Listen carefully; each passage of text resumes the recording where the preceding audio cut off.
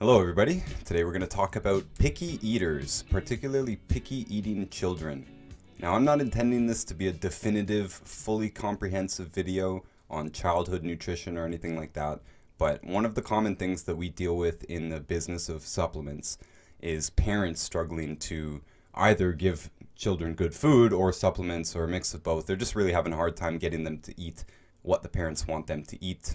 And this seems to be primarily a problem in the modern Western world of kids who are growing up eating a lot of processed foods especially.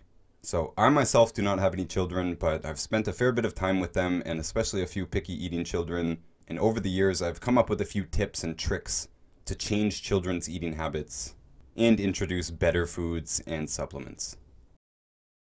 So the first tip I've got here has to do with salt. We talk a lot about salt and the fact that many people are deficient in salt, especially the people who are trying to eat healthy, because they're largely making their own food. They're buying organic food and they're cooking it. They're buying raw nuts and all this stuff that doesn't have salt on it.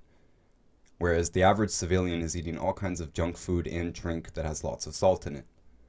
So the people who are trying to do better are generally deficient in salt, and increasing the salt generally has phenomenal results for almost any adult or child who does it. In animals, salt deficiency causes cravings. Mineral deficiency in general causes cravings, and salt is a mineral. It's one of the most important minerals because we need a lot of it on a daily basis.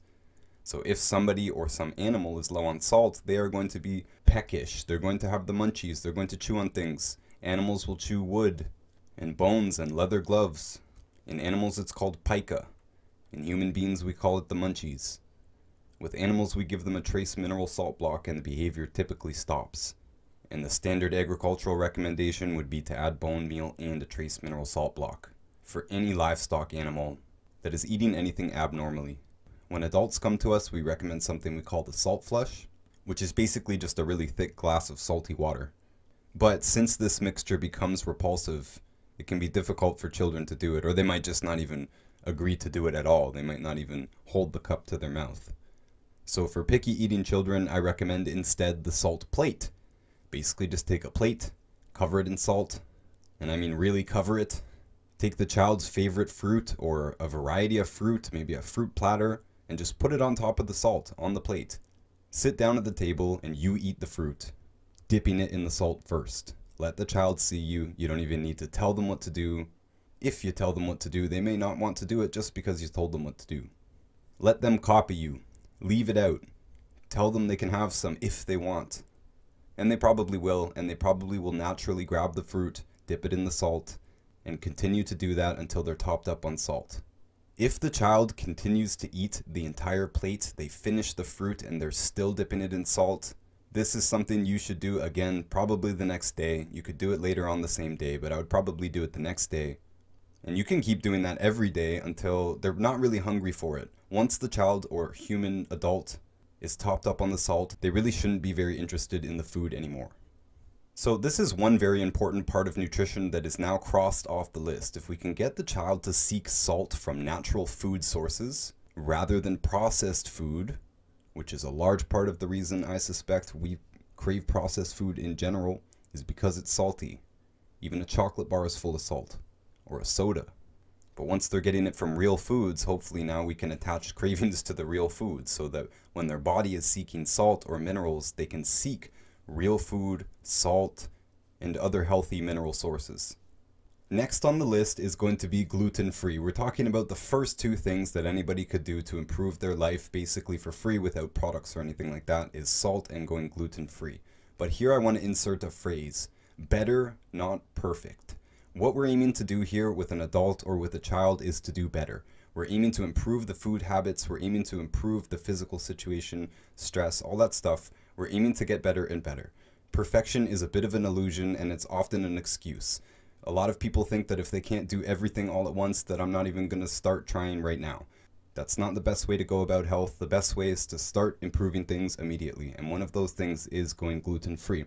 I say this because if you just stop buying regular cookies and start buying gluten-free cookies or gluten-free Rice Krispie snacks, they're still going to have some of what we call the bad foods in them. So that's not perfect. And we would advise not doing that, but it's better. It's much better because the priority here should be to get rid of the gluten because the gluten is probably the primary antagonist and is one of the largest contributors, in my opinion, to the abundance of behavioral issues in children today. Now, when I'm thinking of these picky eating children, I think of them in my head as chicken nugget children. It's a phrase I came up with because I noticed a ton of these. When it comes to dinner time, the child is saying, I want chicken nuggets. They want the packaged food. Maybe it's the fish sticks or something. It's usually something breaded. It usually has something to do with a gluten product. So those are the first things that really the attention should be on to switch. Now you can straight up go to the grocery store and buy gluten-free fish sticks or chicken nuggets or whatever. You can also make your own quite easily. Just buy regular chicken or regular fish, bread it yourself with gluten-free materials. If you didn't know, we do have a food page for that, a food YouTube and a food Instagram. And we have a cookbook for this, which includes all of this stuff. So if you just bread your own chicken, put it in the fridge, and the child says at dinner time, can we have chicken nuggets? And you say, yeah, no problem. Because now you have a gluten-free product now to put in their body, and they're still getting the chicken from that. And if you cook it correctly, it is reasonably healthy. We're not using oil and so on. The store-bought version is not going to be the best, but it is going to be better than anything with gluten in it. Get rid of that primary antagonist, clear that out of the house. In the meantime, switch some of those snacks in a box just to their gluten-free counterpart. By the way, some people have told me that they've been sneaky about this, meaning the child really likes one certain brand of treat, but that treat doesn't come gluten-free. So they kept the box of that treat that they like, and they just filled it up with a different product that was very similar, but it was gluten-free, right? The child recognizes the box still, hardly even pays attention to what it is. They open it, they put it in their mouth, right? These are children. They're not examining it scientifically. Usually they will consume it if they think it is what it is. I've also heard of people doing this for the frozen chicken nuggets and the frozen fish sticks as well, just replacing them in the freezer and not telling the child. So you can do that with most things, especially these bad foods that we're trying to get kids off, like pizza, right? You can make your own gluten-free pizza right now on the market in 2022. Most pizza restaurants are actually offering a gluten-free option, but they're usually all using a frozen pizza, and that's why they'll tell you, oh yeah, we have it, but it only comes in medium, and it usually is more expensive than the gluten version. So the industry of pizza making has not caught up with our demands here, and it's not a good deal to buy it from them. It's much better to make it yourself. It's a little bit of fun as well, but it's way, way, way better in quality. It is a much more enjoyable pizza, and possibly the child could even be involved in that. And you're making the pizza in the same way that you would with a gluten flour. You're just using gluten-free flour. So whether they help you make it or not, you can make gluten-free pizza. And again, we've gone to lengths to make this cookbook and our food pages to try and show you how to make pretty much any dish that you can think of gluten-free. So remember the better not perfect thing. If you got to make changes right now that are not the best in the world, they still have sugar in them, they still have oil in them. It's not good, but it's better than gluten. This is priority. Next, just a little general tip, I would lean into the likes. If they happen to like all this junk food, but they like strawberries or they like blueberries or something like that, lean into that. Lean into the strawberries and the blueberries. We're going to talk more about how you could possibly incorporate those ingredients into drinks and stuff that you could put other good stuff in, so you're tricking them with, you're saying, hey, this has blueberries in it, right? You're just not explaining that it has a bunch of other good stuff that you want to get in their body too. And as mentioned with the salt plate, it's another good thing. Lean into the likes. If they happen to like strawberries, you can use that to lure them into the salt plate and start teaching them about salt. Hoping that they'll act just like a goat or a cow and take as much salt as they want, because the body is intelligent enough to stop when it has enough. Which is why it becomes repulsive. It becomes too salty if there's too much salt. That's your natural salt meter telling you we're good. And a child can learn that just like an adult. Next, I found a really good trick is to use yogurt, especially yogurt with probiotics in it. If you ask any alternative person, including myself, we will probably tell you something about the gut, the connection of the gut to behavior. And if you want to get clean, healthy blood sugar, for example, right? Behavioral problems, largely blood sugar problem. If you want to get in control of the blood sugar, then you have to get a hold of the digestion. One of the easiest ways to do that is to boost probiotics, and this is why probiotics have a long documented list of benefits for all sorts of things, including behavioral issues. Remember this picky eating thing, I'm including this in the list of behavioral problems. So yogurt with probiotics is best, yogurt without probiotics is fine, but yogurt is an excellent way to mix in good stuff. I already mentioned fruits, easy way to throw fruits into a yogurt. That's great. You're sneaking in vitamins, at least. You can also sneak in powders. I have found a few powders that really work well with children, and these children do not know that these are supplements, right? They will ask for the chocolate yogurt because I put in the chocolate meal replacement, which also happens to have a bunch of the 90 essential nutrients in it. Doesn't have everything in perfect proportions, but it's throwing a lot of nutrients into this food that wouldn't be there otherwise. And they tend to like it better than regular yogurt. It's highly fortified, it's thick, it's nice, it's almost like ice cream or soft serve. So I do like that meal replacement trick, adding meal replacement with yogurt. We do sell several meal replacement products.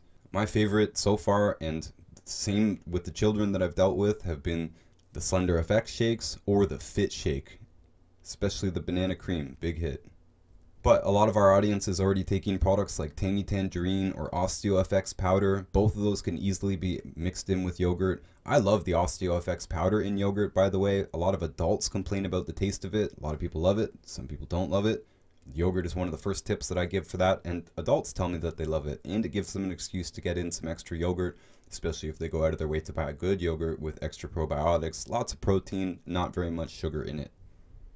Now, another ingredient to keep in mind here as we go on is heavy cream. Heavy cream is going to be heavy in the fatty nutrients.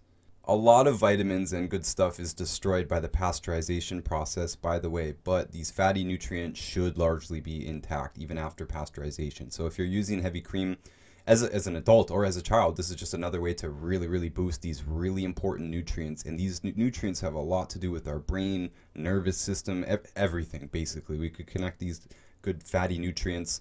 We're talking about omegas, vitamins D, E, A, and K, fat-soluble minerals like zinc and selenium. These are key throughout the body. And so it's something we want to get more of. If you come to us in really rough shape, and I'm talking about people on feeding tubes and in comas and with debilitating dementias and stuff like this, we're going to be recommending mix your products, mix your supplements with heavy cream. Sometimes we'll even go heavier. Throw eggs in that mixture as well. Blend it up, especially for a feeding tube. But for you and your child, if you introduce them to heavy cream, it's a little bit more expensive, but it tastes great. It's hard to ignore that. Western doctors tell people to avoid cholesterol and saturated fat, but we know in this camp here from Dr. Wallach that this is nonsense. In that boosting the good fats is absolutely key to a faster recovery from anything neurological, psychological, or behavioral. Next possible ingredient to use here is JELLO.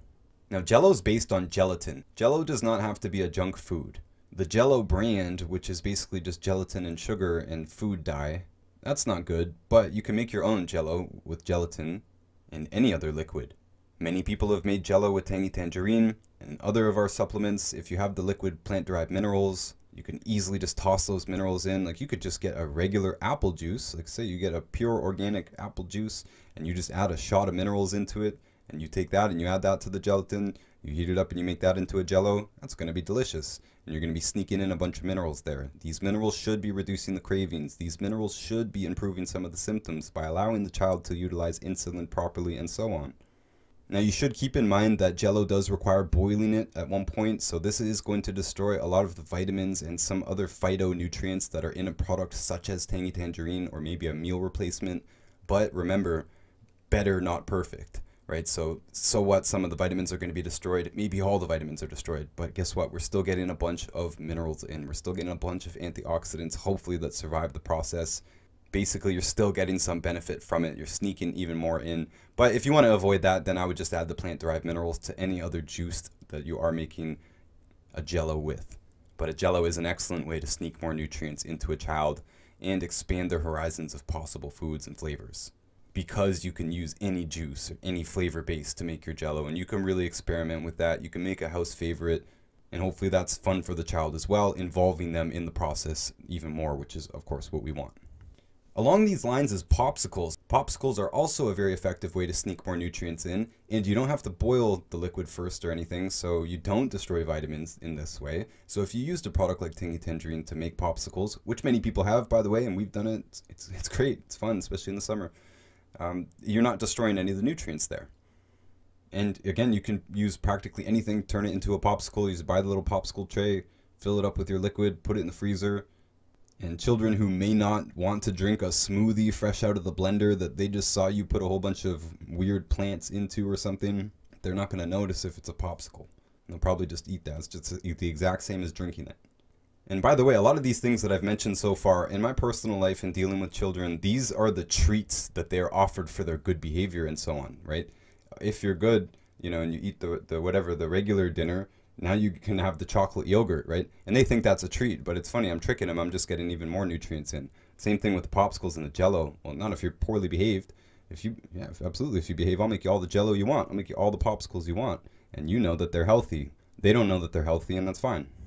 They're going to see them as a treat. Product-wise, by the way, for longevity people, the root beer belly in the kids' sprinkles are also very effective because children don't even know that they're supplements. They just think they're treats. They taste good. They taste like candy. They ask for them. They bug you for them, just like they'll bug you for the chocolate yogurt or the banana yogurt or the creamy drink. And by the way, when you add cream to Tangy Tangerine or OsteoFX, liquid or powder for both products, I think it greatly enhances the taste. I think it tastes really, really good with cream. And that's any combination of these. Just Tangy with cream, just Osteo with cream, or Tangy and Osteo and cream. It all tastes good to me. And it tastes way better than those products just in water, in my opinion. So finally, you've kind of noticed here that the main trend, the main focus here, after replacing the most problematic foods with the gluten, getting rid of the gluten, most of the rest of this is about liquids. Liquids are the most effective way to get in more nutrients for anybody, for an adult or a child. Think about it, us adults are buying supplements that we add to water and we drink in a drink. That's the efficient way to do it. So when you can get any of these that taste good to the child, you can offer that to them anytime. And of course you can make shakes, you know, if you want to get more fruits and vegetables in them, you can do it via shakes. But what I'm really proposing here is that their attitude towards food should change during this process, and you're not going to need to sneak everything in the long term. This means hopefully they're going to be eating vegetables and fruits on their own once they have a better, healthier relationship with food. Part of this might include you. Don't know who you are, but I've seen a lot of people just sort of yell at the problem, and I don't think that's really effective. I'm not an expert in this field, but I like to take a sort of a standoff attitude about it. Especially in my attitude towards things like gluten. And I'm talking about consciously teaching them about gluten after we sort of replaced it, after we fixed the immediate tornado that's kind of happening with a lot of these picky eaters. Now we can sort of try and teach them about it. And one of the main ways that we adults do this is by leading by example, right? I don't ever have bread on my plate. Bread is one of those things that you could have replaced immediately. The gluten bread in your kitchen, you can throw that out and go buy a gluten-free one immediately and lessen the problem, but I myself am not going to have bread on my plate.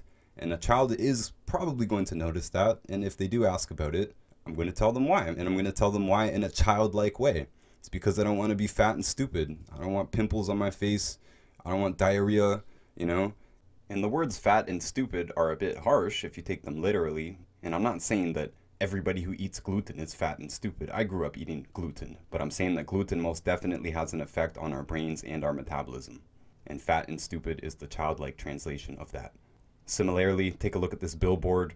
Hot dogs cause butt cancer. Literally, it's not exactly true, but the subtitle there, that processed meats increase colorectal cancer risk, that is absolutely true. And the original statement, hot dogs cause butt cancer, may lead to that conversation. And hopefully the child can just make that simple association and say, hey, I don't want to deal with butt cancer later on in life. And you notice I sort of inflected my voice there a little bit and just made it sort of a little bit more childlike. It's because I want them to think in these terms. I want these things to stick in their head.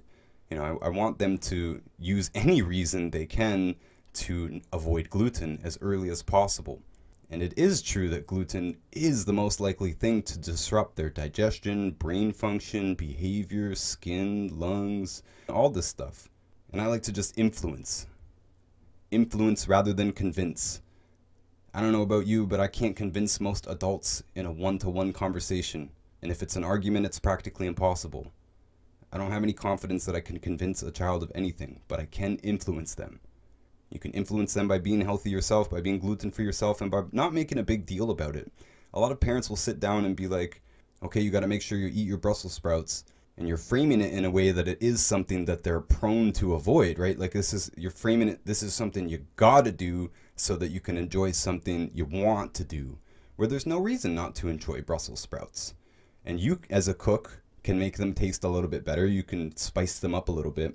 But very often, just not making a big deal about it. There's a few Brussels sprouts on the plate, but there's also a delicious steak or, you know, some other dish that's appealing, even if it is chicken nuggets, so what? Even if they don't eat the Brussels sprouts, honestly, it's not the biggest deal. I mean, again, I'm not a psychologist, but I don't think fighting about it is the best thing to do. You can eat their Brussels sprouts if they don't at first. As you're continuing to do these things, making sure they're gluten-free, even if it's secret, getting them topped up on minerals and salt, trying to sneak in the good fats and so on, and doing all of this, hopefully your relationship with them improves, their relationship with food improves, and their attitude overall about food improves. And again, this was not a comprehensive guide, but I do hope that these tips have helped. I would appreciate any feedback on this. There are a lot of parents who are dealing with this, and I know there's a lot of other tips out there that a lot of savvy parents have used to get their children healthier. And the best case scenario is that you can take your hands off the reins eventually, and they have learned good eating habits with your help that they can take off into the world. Okay guys, I think that's a good enough summary for now. You can let me know if there's anything else you want me to cover along these lines. I know this is a very important step in getting a healthy family, or in turning around the health of a child, especially a non-compliant child. So I wish you the best of luck, and I appreciate you, and we'll see you next time. And remember that we do have this cookbook. We did make this cookbook for you guys so that you can cook without the gluten and the oils and burning your foods and all that. I'm a complete amateur and a lazy cook, and I use this cookbook. We've tried to make it as easy and accessible as it possibly can. We also have the YouTube channel Notus Foods. There's not a ton of videos on there, but we're going to keep continuing to release videos with the eventual goal of covering literally every traditional dish gluten-free and oil-free, even including snacks and treats. You don't have to take treats completely out of your life or your child's life in order to be healthy. They need to get their blood sugar under control, and sugar is not the actual problem in that. If you want to understand more about this, I did write this book, Everything You Should Know About Healthy Blood Sugar. You can see the audio and video versions for free, and all of that applies to children and adults for any blood sugar problem, whether it's behavioral or diabetes. And I'll bet that picky eaters also have other symptoms of a blood sugar problem, such as night sweating, bedwetting, teeth grinding, sleepwalking, nightmares, or narcolepsy. All of this can be corrected with simple strategies. And you can find all of our books hardcover and the audio versions on my website, notusbooks.org. Of course, make sure to also check out Fake Diseases, explaining why it's not sensible to think of diseases the way we do and treat them the way we do. Remember to follow us on Instagram if you haven't already. We do regular Q&As there on the story 3 times a week minimum. You can reach out to our food page on Instagram, Notus Foods. You can ask any food questions or any ingredient questions or cooking questions. We have qualified chefs and bakers there to help you. All of this is free. You can reach out to us anytime. If you don't have Instagram, you can email us or call us within the US toll-free, and we will always guide you to the best of our ability. All of the products mentioned in this video are available on Warriors.ca, but we encourage you to reach out to us in some way so that we can help you make sure that you're getting the right stuff and the right advice.